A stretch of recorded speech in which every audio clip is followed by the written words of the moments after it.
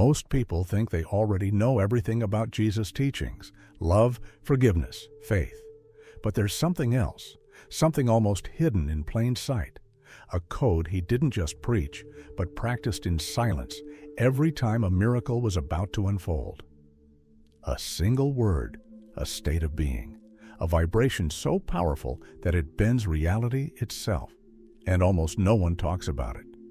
This wasn't just a religious principle, it was a metaphysical command, a spiritual law embedded in the very fabric of the universe. When Jesus fed the multitudes, when he healed the sick, when he raised the dead, before the miracle ever happened, he gave thanks. Not after, before. As if he already knew the outcome, as if he was speaking to a part of reality beyond time. But how? Why would he do that? Because he understood the secret. That vibration comes before manifestation. That emotion is creation. That the frequency of gratitude doesn't wait for something good to happen. It creates the condition for it to appear. This wasn't just symbolic. It was intentional, conscious. The act of giving thanks, before the evidence, was the portal, a mystical code hiding in the simplest of words. Thank you? And this is the mantra almost nobody is using.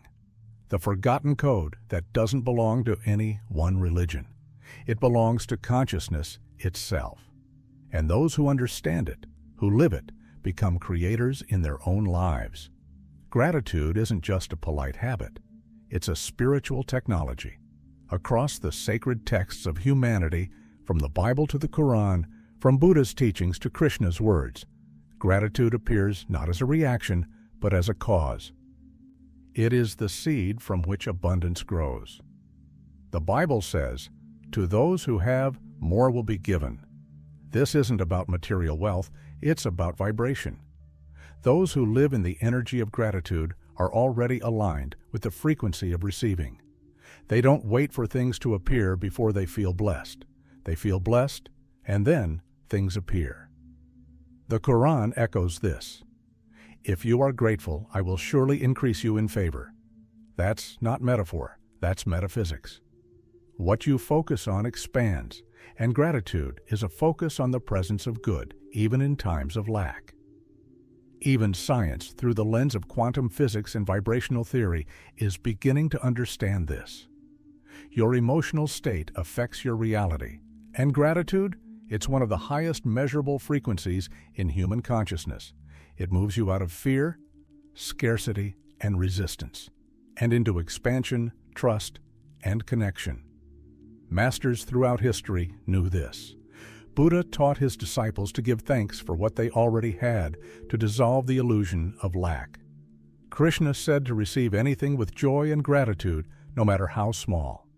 Even Einstein said he gave thanks over 100 times a day, recognizing that everything he accomplished was part of a greater web of support. This isn't coincidence, it's code. A universal law hidden beneath ancient words and modern wisdom. Gratitude, when felt deeply, becomes a magnet. And the stronger the emotion, the stronger the pull. Before the water turned into wine, before the blind could see, before the loaves multiplied, Jesus spoke 2 words that shifted everything. Thank you. He didn't wait for the miracle to show up. He created the condition for it to arrive. He knew that reality responds not just to action, but to emotion. And gratitude was his access key. This wasn't ritual, it was intention. When Jesus thanked the Father before Lazarus rose, it wasn't just reverence, it was alignment, showing the universe that the outcome had already been accepted as truth. That kind of gratitude carries no doubt, no hesitation. It says, "It is already done." In the metaphysical world, this is known as emotional imprinting, feeling as if the desired reality already exists. And that feeling creates waves, energy patterns, vibrations that move into the field of possibilities and pull reality into form. Jesus was embodying this before science had words for it. This is why real gratitude isn't passive. It's a declaration, a statement that says, "I trust the invisible more than I fear the unknown." Jesus was teaching us not how to beg the heavens, but how to co-create with them. His miracles were not proof of power, they were evidence of alignment. And this is the part most forget. We look at the miracle, but ignore the moment before it. The stillness, the presence, the whispered thank you that carried the frequency of belief. That moment is the doorway, the energetic signature that invites divine intelligence to meet you halfway. Jesus wasn't showing off. He was demonstrating a universal truth, that the heart, when fully aligned with faith and gratitude, becomes a vessel for the impossible. While most people fall asleep replaying their worries, Jesus taught a different approach. The hours before sleep are not just rest, they are reprogramming. That's when the subconscious opens its gates. And what you place there, it multiplies. Like a fertile soil that doesn't question the seed, it just grows what you plant. This is why the mantra, "Thank you," becomes so powerful at night.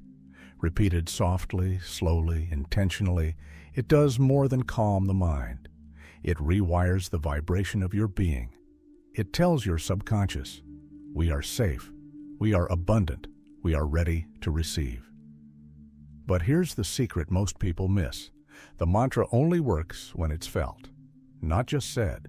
Emotion must rise with the words. You can't say thank you like a robot and expect the universe to respond. It's not repetition that creates miracles. It's resonance. So how do you do it? Every night just before drifting into sleep, whisper, "Thank you," 10 times, slowly.